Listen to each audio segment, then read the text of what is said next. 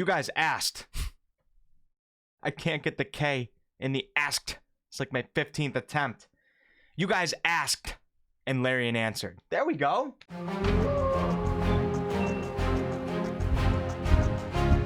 Welcome back, guys, for another Baldur's Gate 3 video. For those of you who do not know, Larian Studios hosted a Q&A today on Reddit and answered a lot of your guys' questions. So in this video, we're going to go over many of the important questions and answers and get the good information out there. Although the D&D community is filled with a lot of intelligent people who can actually read. Maybe you guys already read it. I think it's the Call of Duty community that I have to worry about. Hope none of them are here. If you guys do end up enjoying this video, please subscribe. I have a lot of other Baldur's Gate 3 content on this channel. Without further ado, let's get right into it. Will there be companions or followers who are not origin characters or playable? Yes, you will be able to recruit mercenaries. Will feats be included? Yes, we're doing feats, but not immediately in early access though. How in-depth will character creation be? Lots of options or sliders, or just a number of defaults to choose between? Character creation can be as in-depth as you want it to be, smiley face. After you select a race and class, you could be all set and ready to go, but if you want to, you can dive in deeper and change all the abilities, spells, skills, cantrips, and customized visuals. Will there be a Dungeon Master mode in Baldur's Gate 3 similar to the one that you had for DOS 2? I really enjoyed it, and with the D&D rules, it would have even more potential. When we built the GM mode for Original Sin, we were of course thinking of D&D and how long it had been since anyone had made such a mode. So yeah, it'd make a lot of sense, but we're focusing on developing the game first at the moment. And the question everybody has been wondering, will all 5e classes be available at launch? Yes, all classes from the 5e Player's Handbook will be included at launch. In early access, you'll be able to play as a cleric, fighter, ranger, rogue, warlock, or wizard. Guys, expect another classes video coming up soon. This is exciting news. Will we be able to hear the spell words while casting spells in the game, as in the old series? Most likely, because we've been recording a lot of Latin lately, but we weren't finished in time for public presentation. Will custom non-origin characters have voice acting, or is it just for origin characters only? Yes, custom characters will have voice acting. You'll choose a voice as part of character creation. Are there plans to make custom characters feel as unique as the origin ones? If so, what can you tell us about them?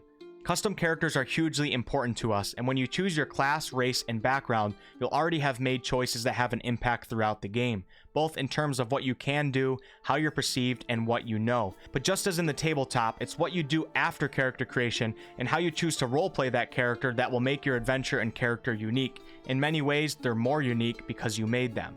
The world and the characters that populate it, whether companions, NPCs, enemies, or potential allies, will remember and react to your actions and attitude. Custom characters are central to the arc of BG3, and as your journey unfolds, you'll walk your own path, and when your story ends, you'll have determined your own fate and the fate of many others.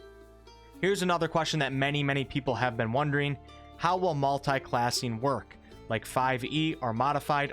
Multi-classing rules will follow closely to 5e D&D. On level up, characters will be able to continue with their current class or choose a new class, provided they meet the requirements. Multi-classing is not going to be available in early access at launch. We're planning to add it later.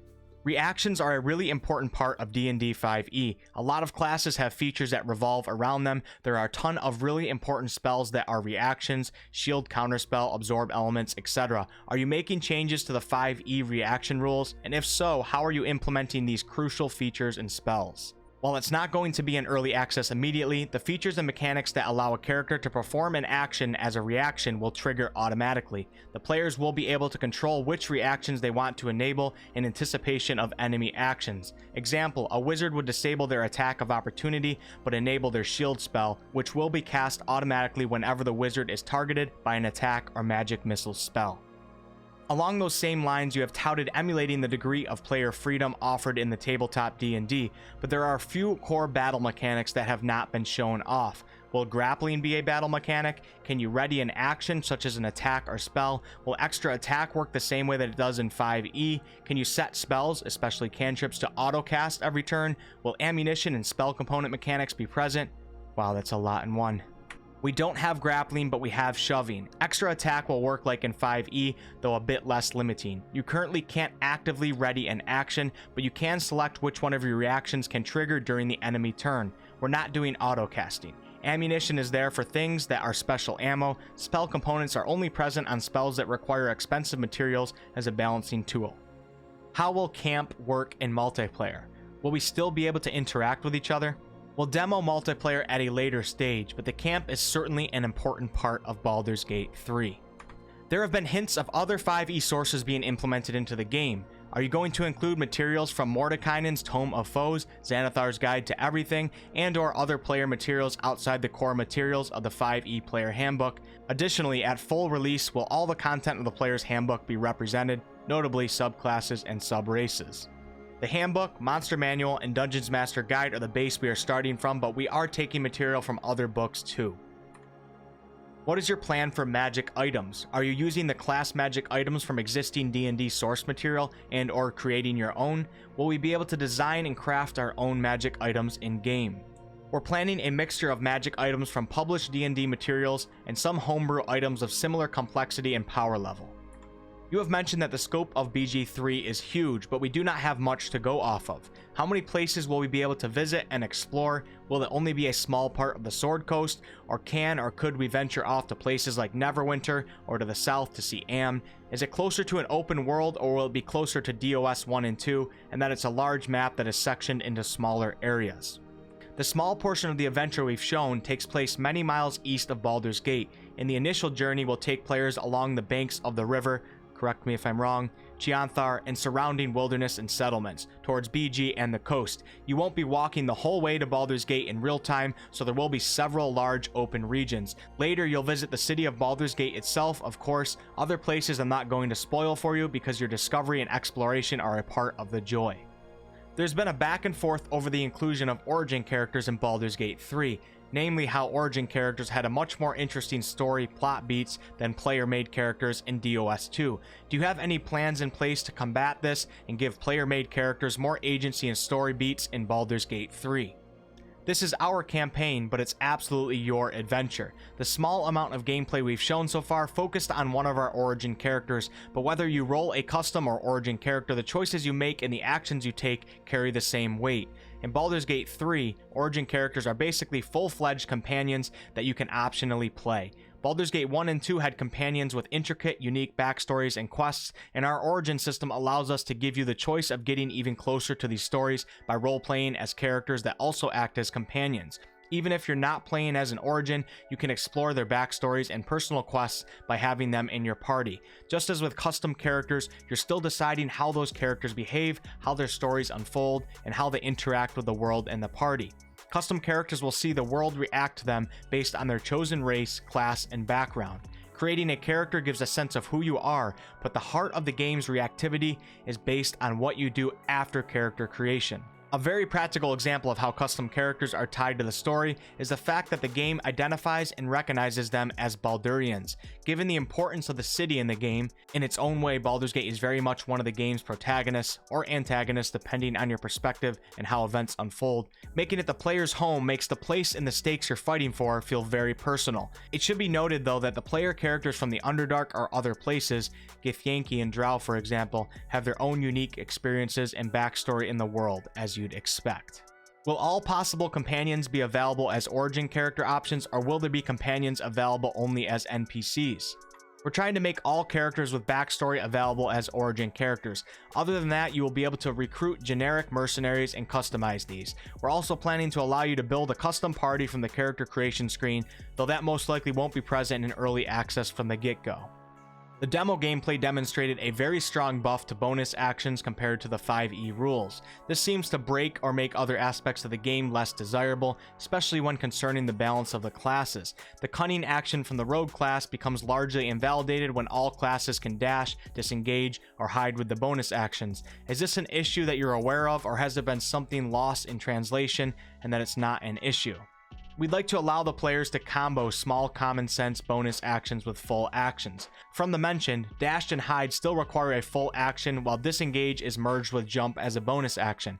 We are aware of the effect this has on rogues and are looking into ways of keeping them appealing and viable. Interesting. When you mention that loot will be static, is that only for magical items or is that for all items? Following this, will all magical items be known upon finding them, or will a player have to use the Identify spell or something similar to discover the magical qualities an item holds? Identify is going to be in, and I did indeed mean magical items. There has been concern about the team initiative showcased in the demo, specifically with how this greatly favors whoever goes first and is able to alpha strike their enemy, which worries people that this will cause combat to be too one-sided. Is the plan to continue with the group initiative alone, or do you plan on adding individual initiative as an option, at least for single player? One of the big themes of Baldur's Gate 3 is the focus of the party over the individuals. As we were trying to encourage more cooperation between party members in combat, we had the idea to let them share their turn for total tactical coherence. Additionally, it provides a more comfortable co-op experience. I definitely agree. The introduction of the common party turns naturally leads to the changes for the initiative system. We need to compare the initiative of groups of characters instead of individuals. We have considered several ways to do that, some more complex than others, and for early access we're going with taking the highest initiative roll outcome in the party or NPC group. We chose this way because we want to explore the mechanical sub-theme of allowing the entire party to benefit from each member's personal excellence in some area. The same way an eloquent bard can lead their entire party through a tough dialogue check, a swift rogue should be able to give their party the best shot at going first in combat. Interesting way to put it there, Larian. On top of that, this way of resolving team initiative opens the way for players to scout out the enemy with the top initiative and neutralize them before entering combat. However, all of that said, it is something we are still working on and experimenting with. If we find it doesn't work as well as we hope, we'll tinker with it. It's one of the things we'll figure out during early access. Can you say anything about the level cap? We're planning to cover levels 1 through 10 in full release. Holy crap, guys, there's a ton of more questions. While editing my video, I noticed that it was going to be more than 20 minutes, so I'm going to cut it off right here. And if you guys enjoyed this video, maybe I'll do a part 2. Hopefully this helped you guys. You didn't have to search through Reddit for hours trying to find some of the questions that you were looking for. If you guys enjoyed this video, please like, comment, and subscribe. I really appreciate it. It's a huge help to my video. I do all sorts of content on this channel, ranging from live streams to comedy videos to game reviews to product reviews, etc. And I will have many more Baldur's Gate 3 videos coming out, and I've already done a lot as well, so make sure to check those out if you're interested. Have a nice night, guys, and I'll see you on the next one.